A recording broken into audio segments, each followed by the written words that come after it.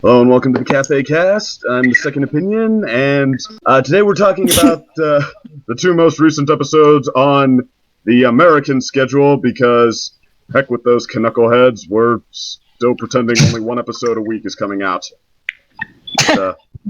Alright, here with me is Past Analysis. Hello, I'm Past Analysis, and I've been very happy this season. Also, recently I am not that happy, and also opinions are not spoilers. Oh my gosh, would you shut the hell up? You had to be here. I'm not shutting up until you do. Okay, we had to cut some audio there, but yes, continuing on with this peaceful and not at all confrontational Cafe Cast. Crimson Glow. I am Crimson Glow, your future evil overlord of all things pony and otherwise in this world. Please make sure that Past Analysis understands that. Yeah, she's a youngling, and she... Okay. Okay, Flash Century. Okay, you're just trying... You are... Hi, everybody. I'm Calliope, and I hate spoilers. Me. I'm not a very vengeful person or a very violent person, but I have a long memory, and I'm very creative. Oh my. Oh, in many ways. Okay, well, I'll just leave you all to ruminate on that. You know Baroni. In many days of occasion, I find myself constantly staring at myself and realizing, what sort of food should I partake in the morning? What food should I partake at night? And I realize nothing is better than the fine creation that is pizza.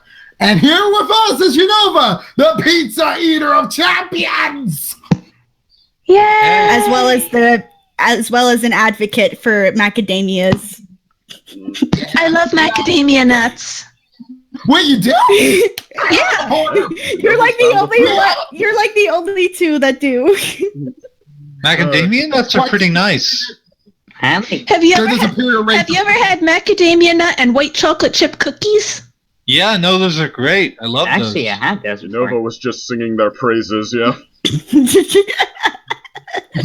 So I suppose this is starting out to be. I suppose the Crimson and Second, unless Second, do you like those cookies? I like them just fine. I think they'd be better without the macadamia nuts. Okay, so that's I don't particularly. I don't like nuts in general. You're voted I don't really like nuts in general. So I mean, editor will say otherwise, but The moral of this story is eat pizza and macadamia nuts. Anyway, moving right along. Eat your pizza on macadamia nuts. Huh. Wouldn't it be? I wonder how macadamia nuts would be on a pizza. Yeah. That's very. Would it be a dessert pizza or would it be just a regular pizza? It would be a dessert. I don't know. No. It would be like a That would unique. still qualify as a savory food, methinks. We have Snodgrace. Hello, everybody, Pony. All you need to know is I am just a young colt with big dreams who chases their dreams a bit too often. Mm-hmm. All right. Okay. And we also have who volunteered to be a silent audience member, critique us from the side, offer some perspective, because Lord knows we could use that right about now. Silver Star, not to be confused with Silver Star Lane. Mm-hmm. And I'll be speaking on her behalf, as I've mentioned before. So, hello, everybody. I'm rather new to the Rift, and I mostly keep to myself, but I'm going to open myself more. From what I am hearing, you guys seem to be a rather happy bunch. My interests include ponies, Ori and the Blind Forest, obviously, and Starbound. There you have it. Okay, so we're going to be talking about, in addition to what we hate about each other and cookies and pizza and academia I think nuts it's and more what like the heck what ever we else. hate about Crimson. I think that's more of the top. Uh-huh. Excuse me? You want to repeat that, child? Okay, you just said you won the argument because I stopped arguing. That's a childish point. Moving on. Okay, and speaking of childish points, the first episode we're talking about is Parental Guidance. Wait, I thought it was Forever Philly, because that was first in the order. Yeah, wasn't Forever Philly first? Yeah, it was. I think Forever Philly was first. I can't talk But today. Forever Philly is also themed around I guess the concept of childhood versus growing up. So actually, that would have still been an open statement. But okay. Yeah, I guess. Same order. Go around. Give your thoughts. Past analysis. All right. Well, which one though? On Forever Philly or Forever Okay. Philly. okay? So Forever Philly, I'd say that it was a pretty decent episode. I liked it. I mean, it wasn't really. I wouldn't say that there was anything particularly like wow-worthy of it. It was kind of like your average decent episode with nothing that really stood out. It was well structured. It was brilliantly well structured. I mean, Rarity was a little bit melodramatic, but interestingly, the episode actually commentated on that. In the beginning, when Rarity went from like 0 to 10, the assistant in Canterlot Boutique commented on it. So that was kind of cool. I honestly liked the focus on like showing how the Cutie Mark Crusaders went about their helping. I thought that was kind of interesting. I thought that was not supposed to be the more enjoyable section, but it actually wound up being. Like, I was more intrigued in the fact that Scootaloo and Apple Bloom couldn't really seem to get their hold on the situation with Bell not. She's not here. I found that kind of interesting. And overall, it just it was sweet. I mean, I wouldn't say it definitely didn't outdo the episode we'll be talking about later, Parental Guidance, but it was decent. I'd probably say it was like a 7. So pretty good. I believe Crimson was next. All right, so Forever Philly. It wasn't the greatest episode in the world. I've definitely seen a lot better episodes involving Rarity and Sweetie Belle, and most of my opinions are based on an extreme bias because I am an older sister. Like, I have but I don't have like a younger sister. I have a younger brother, and there are certain things that I kind of do with my brother that I don't necessarily do anymore, that I actually did try to do this at some point. Oh wow! So you were Rarity at one point. I was Rarity at one point. Like I. Aww. Oh, shut up. Well, in the context of this episode, an untolerable, just get away from me, like that. So my brother hasn't quite reached that part yet. He's just getting to high school, so I feel like it's coming. You know how, like, it's gonna come. Yeah, soon. at that age, it's coming. It's coming. Not Jon Snow, for winter is coming. I've never seen Game of Thrones. I don't know why I made that reference. So I actually can relate to this situation extremely, and I feel like this is kind of like foreshadowing in my life. I did feel like I'm sorry, I have to say it in voice. The Ripley and little girl metaphor was kind of on the nose. Like, we didn't really necessarily need that.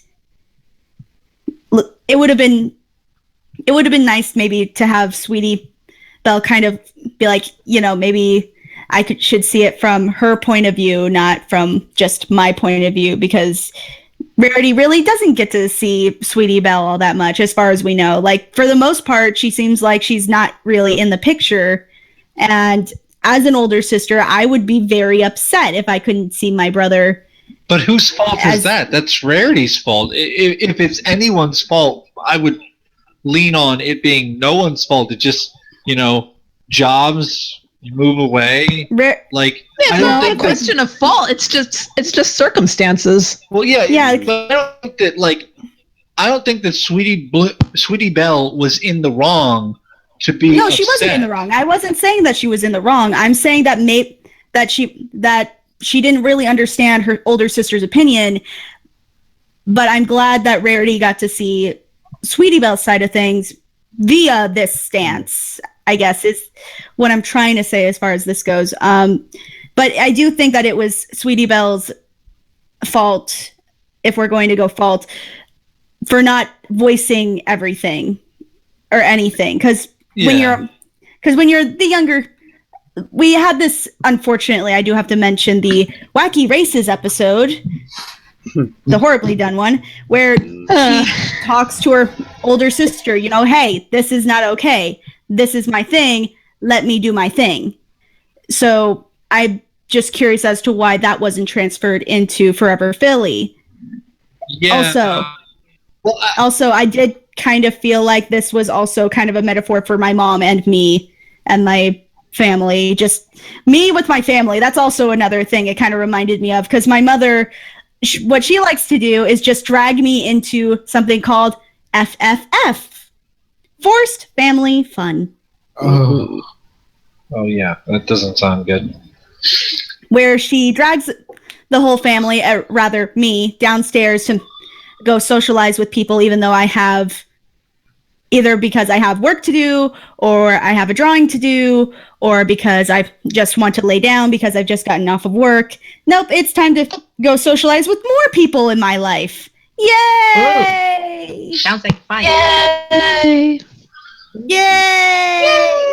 Yay! I was not expecting her to end that with, or I just don't want to. I will say that, like, to counter that, your sister taking over a project that's supposed to be yours, that's easier to speak up on. Whereas your sister saying she's going to do all the things that you love to do, only to find out that she really doesn't know you, well, saying that you don't know me is a little bit of a harder thing to say than and saying... yet I say it every day. Mom, you don't know my life!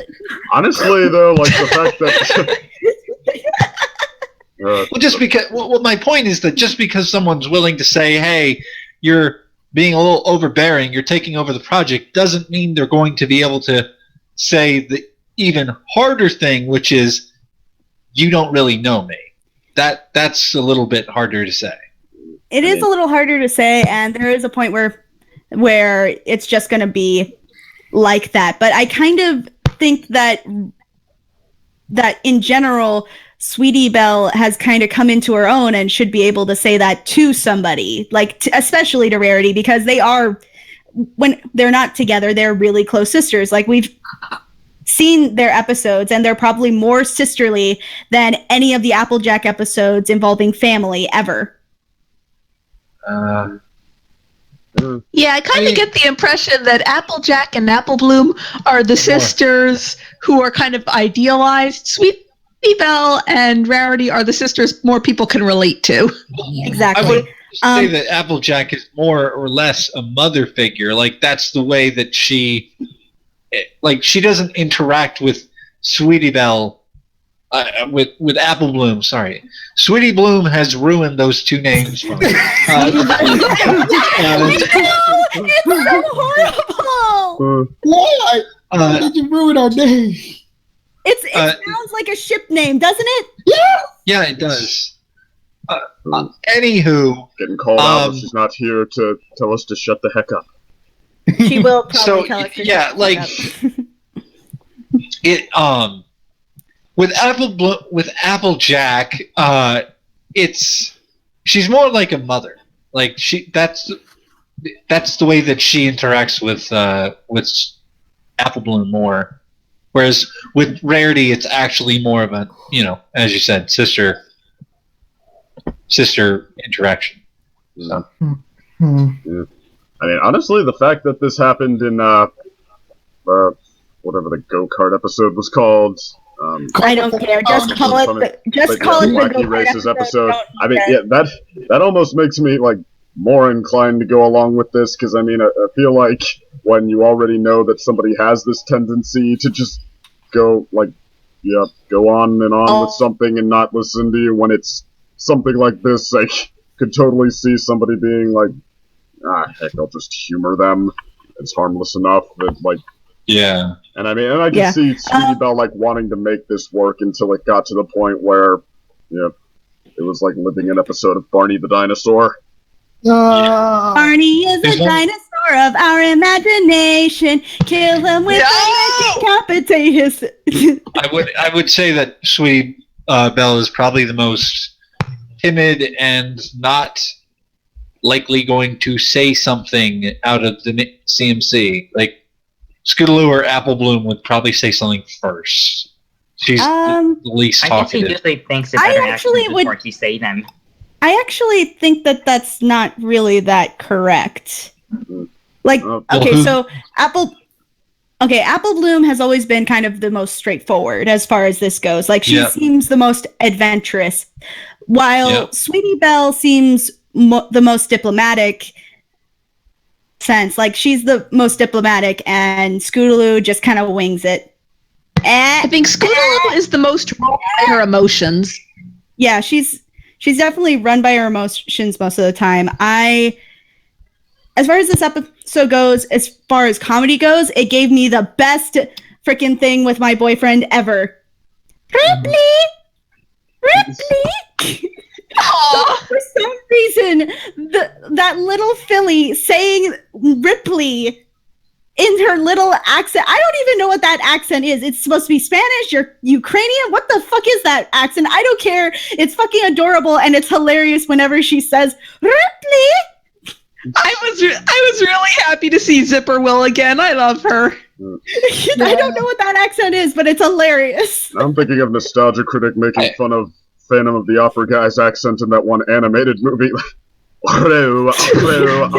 Your boat. Picking up on the diplomatic point that you said, Michael Crawford in the Once Upon a Forest movie. Exactly. I don't. Rheumatism. I don't see how. What have I started? Sweetie Belle being the most diplomatic makes her the least inclined to speak up. When she's timid. Like, she is timid and she's diplomatic. Like, timid. I don't think that those two things. Most timid. She's not the most timid, and she's the most diplomatic, meaning she's able to. Is the most timid out of the three of them? Or I would say that by all means, I think that Apple Bloom would be the most timid as far as it goes. Like, when she's actually faced with something she doesn't know, she starts to internalize everything. She tends to do that rather than to actually express how she feels. And Sweetie Belle seems the most mature out of them, always usually speaking her mind unless it's otherwise it's needed. That doesn't make her timid, that makes her diplomatic. No, I would say that she's both timid and diplomatic. I mean, she definitely tries to get the others involved, but she's also I'd say probably the most level-headed, so that's kind of adding to the mature thing. But diplomatic. But out of Apple Bloom and Scootaloo, she's not speaking up that much. Like, she usually lets Scootaloo and Apple Bloom lead, even if it is not diplomatic. Like, she's done that for the majority of the show. She did do that. There's been some episodes where she takes charge, like Twilight Time, where she really took charge more so. But most of the time, it's Apple Bloom who's taking charge. It's not Sweetie Belle. She's not even saying, hey, let's just have this sort of diplomatic kumbaya. No, it's usually Apple Bloom is the one who's like, okay, we're going to do this, or we're going to do that. Like, they don't... That doesn't make her timid. That means that she doesn't take charge. There's a difference between being timid and taking charge. Well, on that note, guys, I kind of feel like this conversation's going in a circle right now. Agreed. I can see that, Anyway, my overall opinion, I liked some of the comedy of it. I liked some of the comedy in it. I thought it was a very well-structured episode, but I don't think it was one of the best Rarity and Sweetie Belle episodes that I've seen. You know, I'd put it in like maybe the 4th episode. Like, we've had like 4 episodes before this, right? Sisterhood like 5. Social, For Whom the Sweetie Belle Toils, this, and what else? I feel like there's another one. Go-karts. I guess I would go-karts. Yeah. Yeah, this would be the third. Yeah, this would be my third favorite as far as it goes. The episode as a whole, I gotta give it a 6. It's kind of just like, and it's like a meh, but a more interested meh. Okay. All right, I believe that brings us to Calliope's turn. Okay. I quite enjoyed this episode. I don't think it was really standout awesome, but I think it was solidly good. Yeah. The conflict and resolution were very obvious from the get-go, and the parallel with the dog. But Yeah. the show often has conclusions that you can see coming, and it's a question of enjoying the ride. And I did enjoy the ride here. Mm-hmm. Yeah. One thing I really love about this show in general is they're good at making interpersonal conflicts where neither character is entirely wrong or entirely right. There's no good guy and bad guy in the argument, and they did that very well here, where Rarity and Sweetie Belle, both of their perspectives were completely understandable. You could see where they were both coming from and sympathize with them. And both of them failed at communicating with the other. Rarity failed at asking Sweetie Belle what she wanted to do, and Sweetie Belle failed at expressing herself, and then they were able to come around, and they both fixed that in the end. So I thought that they handled the character conflict really well. I do feel like, I do feel like both had their own version of something they should have worked on. But I kind of would say that Rarity was more like she went a little bit hard, I think, in that she really, like, not speaking up, I think, is easy to do. That's like a passive thing. Whereas Rarity here just didn't act. Is going balls to the walls crazy. Yeah, she's disagree. like, yeah. I would disagree. Rarity's fault was also passive in that she just assumed, oh, we'll do the same stuff we've always done. She was passive in not involving Sweetie Belle in the decision making.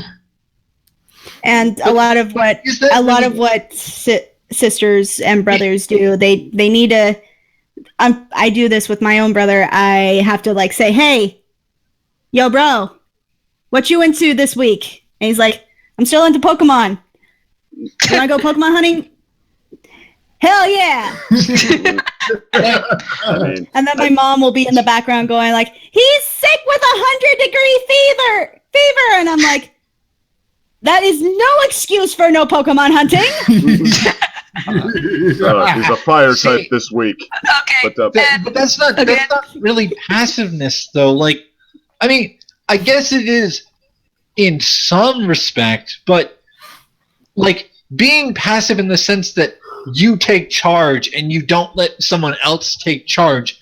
That's like, if it's passiveness of any degree, it's like lesser because you're still taking charge. You're still like dictating how things go. You're not asking, so maybe you're being a little passive in that regard, but you're still taking charge, and that's not passive. That's not a passive thing to do. Okay, agree to disagree. The other thing I wanted to mention was this episode really made me notice the trend for this season so far. This season, season 7 so far, seems to be about showcasing how much the characters have grown and how far they've come. It started off celebrating Starlight's progress. We had an episode dedicated to showing how self-assured Fluttershy has become. And now we've got this one, which basically showcases how far Rarity and Sweetie Belle have come since the events of Sisterhood Social. Which is to where some nice extent the shoe was on the other foot, and it was Rarity wanting Sweetie Belle's attention or company. No, it was Sweetie Belle. Yeah, and then attention. Previous episode, and in the previous episode, Sweetie Belle wanted to jump in mud puddles and color with crayons and do arts and crafts project with glue and pretty stones. And this shows how her tastes have changed, how she is interested in more mature things now. All right. I'll take the baton now, Calliope. Thank you.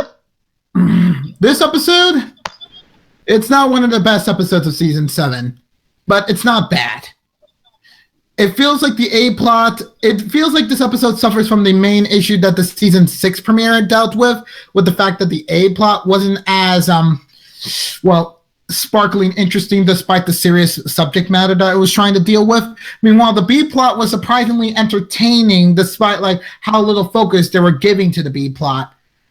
But like it feels like right at the end, the conclusion for the episode was the strongest part for this episode, which I feel like is a running theme for season 7, in which I heard people say that usually it's like the first part of an episode is great, but then the end just squanders the potential. Beginning of the episode is, all right. But the end is where it hits you hard with the moral. And some of these morals for this season have been really great. Like, and I even before like the time in which the moral was reached, like I like how Rarity dignified herself by saying like, there's no point of being rude. Gotta keep up with your manners and such, and let Sweetie Belle deal with her friend's situation, you know. And it's just I liked that little touch. That was nice. It's like I can really grow to respect Rarity as a character, but I'm now starting to side with Second on the fact that I'm not enthralled with this Sweetie Belle anymore. Like it feels like what could have been for Sweetie Belle kind of just got removed and replaced with like a much more mature acting pony that is a lot more assertive a lot more times than probably should for the Cutie Mark Crusaders. Like Rarity Light is basically what she's become, or something to that effect. I mean, then again, I wouldn't say she's very light. I was going to say like it feels like it might be a little bit of Rarity Light, but it might also be like her just getting too big for her britches, kind of like usurping a bit of the leadership role that was supposed to be designated to Apple Bloom, which I feel like it clearly shows with like if gets all the more interesting conflicts and such, what's going to be left for Apple Bloom really? Like it's not like an issue with Scootaloo because like her episodes are a lot more of a different emotional spectrum compared to this episode does make you wonder exactly how much do the other need her, like because they were getting nowhere with the dog issue. Like, if it wasn't for Sweetie Belle jumping in, they would not have solved it. Granted, maybe Sweetie Belle wouldn't have solved it either because she was sort of given a I guess you could say an advantage because her sister was literally being overbearing and doing the exact same thing, so that may have given her like a bit of foresight, like a bit of like extra knowledge that Apple Bloom and Scootaloo wouldn't have. It's kind of interesting. Insight. Although I feel like all the Crusaders have had their episodes where they get to be the one who solves the Cutie Mark problem, like Apple Bloom and On Your Marks. Scooch was really in charge for the the Gabby episode with the Griffin. She was more up front there. That was the idea of that episode anyway, and then Sweetie Belle this time. It just feels like Sweetie Belle has kind of took Apple Bloom's role more of the time as a leader. Like it feels like Apple Bloom was more of the leader during the earlier seasons in which it was planned, but then the writers decided to get very interested with Sweetie Belle and decided to make her into a completely different character starting with season 4. I almost want to say that that's kind of part of growing up. Like, okay, if you really want to twist it, like I want to, because apparently I'm a little more headcanny than other people. When we start growing up, we start becoming different people. Our tastes, we kind of change a little bit here and there. Sometimes it becomes these little tiny things like, oh, I'm going to write a play because I saw a bunch of scripts or I saw a bunch of shows when I was younger, or this little thing kind of triggered me to do this complete different thing. And I do think that it's a nice progression, but I can also see how it can be a little jarring considering the fact that she was kind of one character and now she seems to be turning into another character, which, again, I got to say is kind of like growing up. You kind of start becoming different people. I see. It's basically like Sweetie Belle is the Fluttershy of the CMC right now. See, Yeah. I don't know if I would agree with your take, Unova, but I see. Like I'm more, I guess, when it comes to the topic of like a child character changing too much. I sympathize with that because that's one of the hard things about child characters is that, like with any character, there's a level, there's a limit to that growth. Like it can't go to a certain point, or else it's not really the character anymore. We're talking about like a completely new character. So if you're trying to actually keep the same appeal of the character that they had in the beginning, you have to be careful on exactly what parts of it you change. I mean, even with Fluttershy, she's definitely grown in assertiveness, but they've still tried to keep some of that timidness there. They don't want to completely remake Fluttershy as a character. I feel like that's a tough balancing act because it's like, there comes a point where you're adding traits just to add them, or just like where you're just more so getting into the idea of the character growing up and changing than like, which in the CMC's case is what kind of has to happen. But I definitely feel like that if we went like all the way back to the earliest seasons and you asked the writers like, okay, what are they going to grow into? What are they going to be like when they grow up? They wouldn't have had a definite answer for you. Or I mean, some of them might have said, well, I picture them like this, but yeah, I feel like that it was later seasons trying to think of ideas. I guess what I'm really saying is like I somewhat subscribed a little bit to like your ideology second, and it kind of feels like right now my favorite CMC would have to go to Scootaloo now. All of a sudden. Yeah. Yeah, it just feels like I grew apart from this character. Like she didn't really interest me all that much when I first saw the episode, and now looking at back like weeks later, it's like the episode hasn't gotten better in my eyes. I mean, at least it's still better than some episodes in season 7, but yeah, I feel like this episode is like I would agree with Crimson here and say like it's a little bit more than boring. It's an interesting boring, like 6 out of 10. Like, and my grading scale would say it would be a high mid-tier rating. Like, it just feels like it's not one of the strongest episodes of season 7, but at least it doesn't do the cardinal sin of the go-karts episode and do repetition awfully.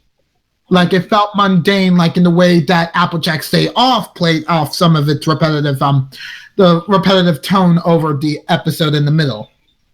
Like, that doesn't infuriate me, thankfully, and I feel like that's why people aren't upset about this episode that much, though they feel somewhat a little bit disappointed with its execution, though. But I guess that is just the burden and curse of new writers, it's like... This one was written by writers who were around last season. Oh, wait, what? This one was written by writers who were around last season. Oh, The Fox Brothers, or however they're related. The Fox Brothers. Huh. I see. Yeah, they did have a little bit of experience with Rarity. I guess that's why Rarity was still very entertaining, at least throughout the episode, even when she was being a bit cringy to Sweetie Belle. But come on, we love her cringiness, even when it's at its worst. No, I do not agree. I did not like her cringiness. Like, when they were in those ridiculous outfits, I'm like, okay, yeah, please, Sweetie Belle, speak up now. This is your time to speak up. I was still laughing because this is something that my mother has done to me. Yeah. When I was like 13, she dressed me up in this ridiculous outfit. Or during prom, she actually said, no, you're going to prom. And I'm like, I don't want to. Or else you'll regret it for the rest of your life.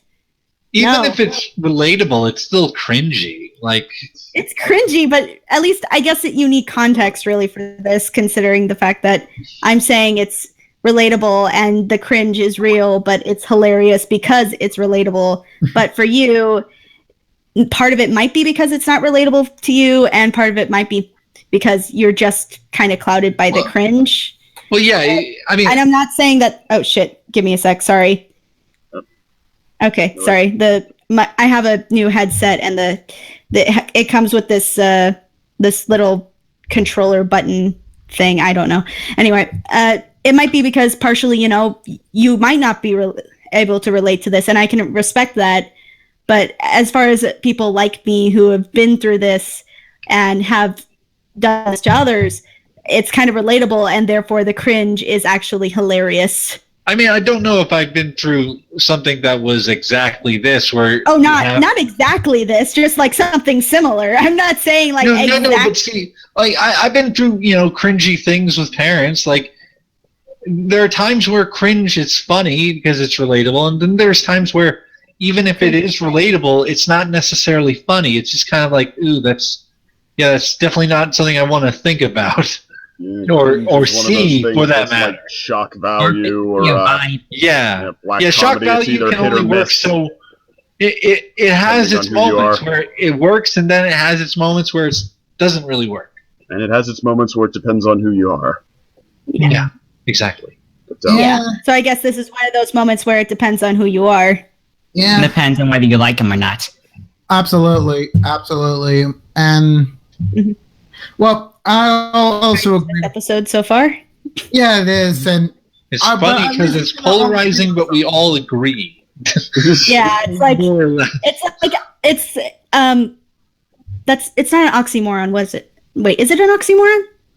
I don't know. No. I mean, an oxymoron has to be, I think, a phrase that contradicts itself.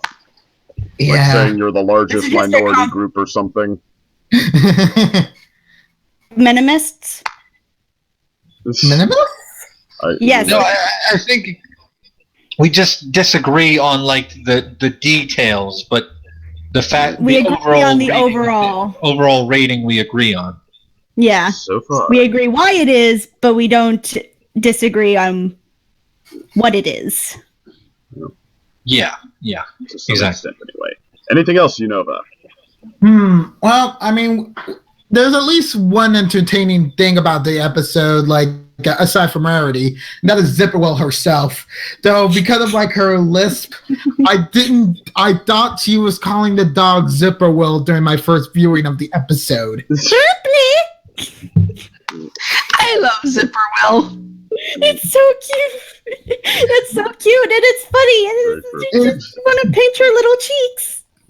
Yeah, This is my puppy. That's not a good thought. yeah. I guess that's all I'm gonna have to say. So I'm gonna pass the baton over to Songritz here. Snog, not Songritz. No, I said Snog. Okay. Snogritz, take it away. Okay. Forever Philly was a pretty decent episode in regards to the characters that have dramatically changed throughout the seasons. I can personally connect with Sweetie Belle's situation because I do have an older sister and they kind of treat me like I'm 6. My mother too, actually. But besides that, the episode has demonstrated some clever writing because of how much Sweetie Belle has changed. From what the Cutie Marks have received their Cutie Marks in Season 5, they provided a new purpose that actually impacts society. Helping others getting their Cutie Marks is obviously a bigger responsibility and takes maturity and leadership.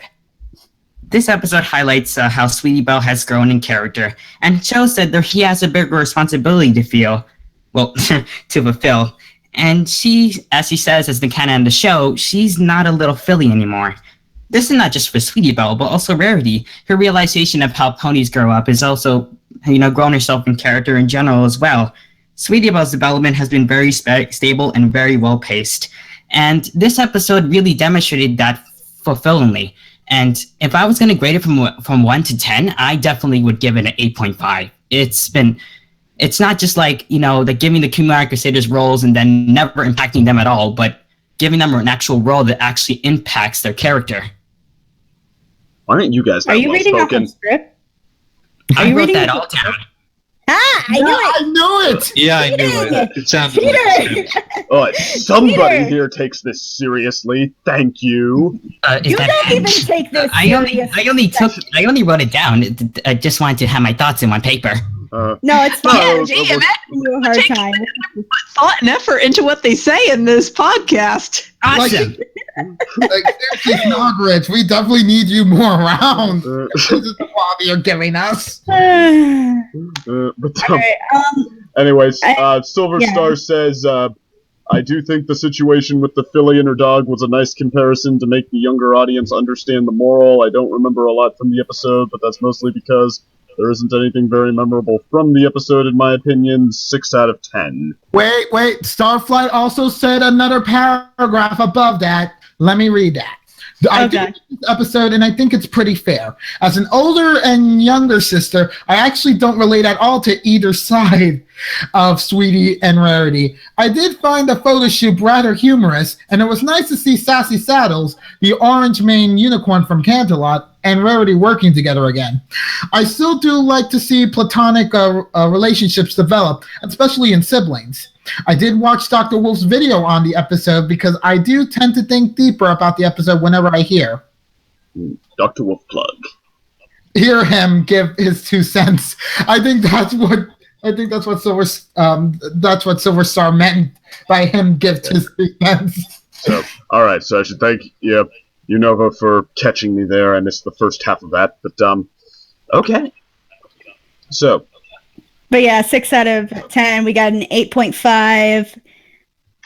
well, Let's see. How many else do we got? We have a 7. I don't rank episodes. I don't rate episodes. Wait, No. does anyone That's have any because questions you for what are- I said? Calliope gave it a That's good. because you, Calliope, are a 10 out of 10. Oh, ooh, Crimson thank humor. you. Which, yeah. Wait. That's Does my- anyone have any anybody- questions for what I said? Well, I mean, actually, you said, like, mainly that you like it that much because you can relate to it. Well, yes, that's one I of the think- reasons, yes. So, I think that's a lot of what this episode really is. Some parts is a matter of relation, others are a matter of taking away the biased opinions and making an unbiased opinion, which technically speaking is impossible to begin with. But the episode overall is both polarizing, as this podcast has taken into account. Like, there's a lot of polarizing opinions about the episode, despite the fact that the opinion is technically the same, as Past has acknowledged, well, which I think is kind of funny. actually, in a way, I'm sort of like the inverse here, because, like, I do agree with pretty much everybody's points. I think the dog thing was pretty obvious. I think it was, like, Rarity and Sweetie Belle, they were taking the situation through the motions a little bit, kind of just repeating it, like I don't know if it was the rule of 3, because I forget how many times they put them in these situation, or Rarity put them in a situation where it was like, hey, don't you still love this thing? Yes-ish, but I guess it followed rule of 3 because it was the puppet show, the ice cream, and the costumes. and that, I didn't, like, that kind of strikes me as flat, just like, okay, repeat the same thing just for the sake of it has to happen more than once, like, I would have preferred. So much like Bo Burnham has said. More. So much like who? So much like Bo Burnham has said, repeat stuff, repeat stuff, repeat stuff, repeat stuff. There you go. I feel like the Fox brothers did a somewhat better job with their premiere episode from season 6. That being one of your favorites, second, because like. And one of Past's too, I know.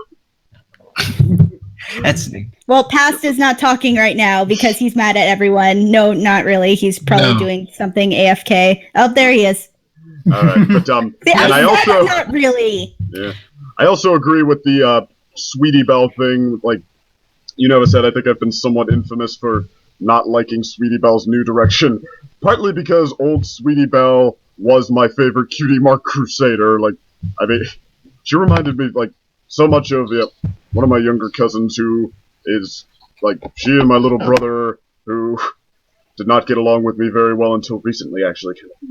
reverse of this episode, but yeah, regardless, they would always team up to cause all kinds of trouble, and even though he would always annoy me to high heaven, they were always, like, so adorable together, because, like, she was just so, like, genuinely good-natured, it was adorable, and, yeah, I got kind of the same effect out of Sweetie Belle. I thought they kind of captured lightning in a bottle there, and then, I mean, it's kind of like I think that good character development will acknowledge that a character has to grow and change. Great character development will still be able to show you, like, how the traits that are at the core of the character factor into that, and I didn't get that so much from Sweetie Belle and, like, for whom the Sweetie Belle toils, for example. Like, it's the new direction they've taken her. I mean, there are things to be interested in. She does still have her own character. I just don't think it's as much fun, so... Yeah, I would actually say that For Whom the Sweetie Belle Toils probably... It had, like, a weirder take on Sweetie Belle. Like, this episode I didn't think was as weird. Yeah. And that all said, I think I'm more on Snogritz's side because, in spite of all of that, and in spite of me, this kind of became my favorite episode of the season so far. What? I think I really liked the episode as well. Wow. Like how they take writers were very clever in that episode. I think it's my favorite episode too. Here. Damn. I mean, like, well, I'm a Sister Who's Social fan. Like, it is one of the great ones to me. And while this episode is not as good, like I said, I don't feel for Sweetie Belle as much. I think they just about hit it out of the park with Rarity here. Because the ham is real. Well, I mean, like, I'm an oldest sibling, and I mean, I don't know if I quite relate to this. Like I said, actually, 2 out of 3 of my siblings, I feel like I have a better relationship now that we're older. But even so, I can really empathize with nostalgia. I can, like, really empathize with the feeling like you've been missing out or you've lost track of something. And Rarity, like, I mean, well, kind of like, I feel for her in the same way I felt for her in Sister Who's Social, and even though, I mean, I felt for Sweetie Belle and Sister Who's Social too. I don't quite as much here, but no, Rarity, like, every step of the way I'm with her, and I felt like they, like, absolutely kind of nailed the combination of relatable and over the top with her, because I feel like Rarity, she has this side that's almost, like, burlesque, the G-rated definition of burlesque, where it's just, like, this hamminess that is wholly her own. The G version of burlesque. Yeah, the version Actually, yes, like, burlesque has different definitions depending on context, and so burlesque in this context would mean sort of taken over the top for comedic effect. Yes. But and yeah, that's exactly, and that's like it gives Rarity just like this comedic side that is wholly her own, and even though she's not traditionally one of my favorite characters, like, when they get it with her, they get it, and she, like, the bit at the beginning where she, like, goes from just, like, sentimental missing Sweetie Belle to just the crying and stuff, like, that was so hilarious to me, like, they. Like, who doesn't enjoy when Tabitha St. Germain goes to town on one of Rarity's drama fets? Exactly. Just like that tender little moment, I miss my Sweetie Belle, and then the full force crying. That was great. That's a drama queen, it seems. Asking for a fainting couch was great. Actually, that gag, the crying gag, worked better in Infestation Manifestation. It was good there too, yeah. But yeah, where she basically had ice cream, like, that sold the joke. Unintended. I don't know if they necessarily sold it for me. I mean, was that supposed to be a pun? Yeah, I don't think so. Cause there's nothing to sell in this scenario, is there? Well, as in, the joke didn't work for me. That's what I'm saying. Yeah, I mean, I got you, but I feel like the way it was, like, she was playing off sassy saddles there, though. It kind of hit that sweet spot for me. And then, like, later, where she asks for a fainting couch, then realizes that wouldn't be in a treehouse. Like, I mean, and also, like, how she, how she's setting off to put Sweetie Belle in her place. Because, like, I mean, I kind of like that she didn't completely back down when Sweetie Belle stood up to her. Like, they let her be a little bit indignant, because, like, even though it's not right, like, you can see where she's coming from. Like, she put legitimate effort into this, and she was really excited for it. And then when she's about to confront Sweetie Belle, she's still willing to let her finish what she's doing first.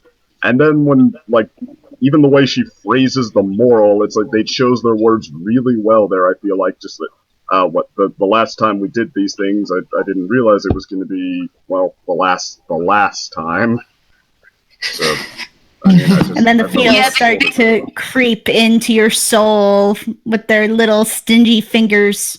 Yes. Yeah, they had used that line in Philly Vanilli when Fluttershy said, "I didn't realize that last performance would be my last performance." Mm-hmm. And, I mean, yeah, it was fine there as well, but I mean, I feel like it, in this case, like, made you feel just where she was coming from, or at least to me, so.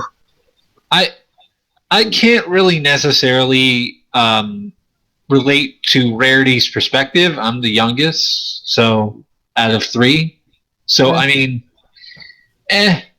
personally, I liked it better with Philly Vanilli, but I love that episode to bits, so. I don't know about the line, but I mean, I do like Philly Vanilli better as an episode. Like, that's another one of the great ones to me. This is not one of the great ones, but I do feel like this is, it was close to it. Like, if it just hadn't relied on, like, the repetition, the rule of 3, I feel like it could have been. Like, this as is, I think is a kind of a B+ to me. It's just like...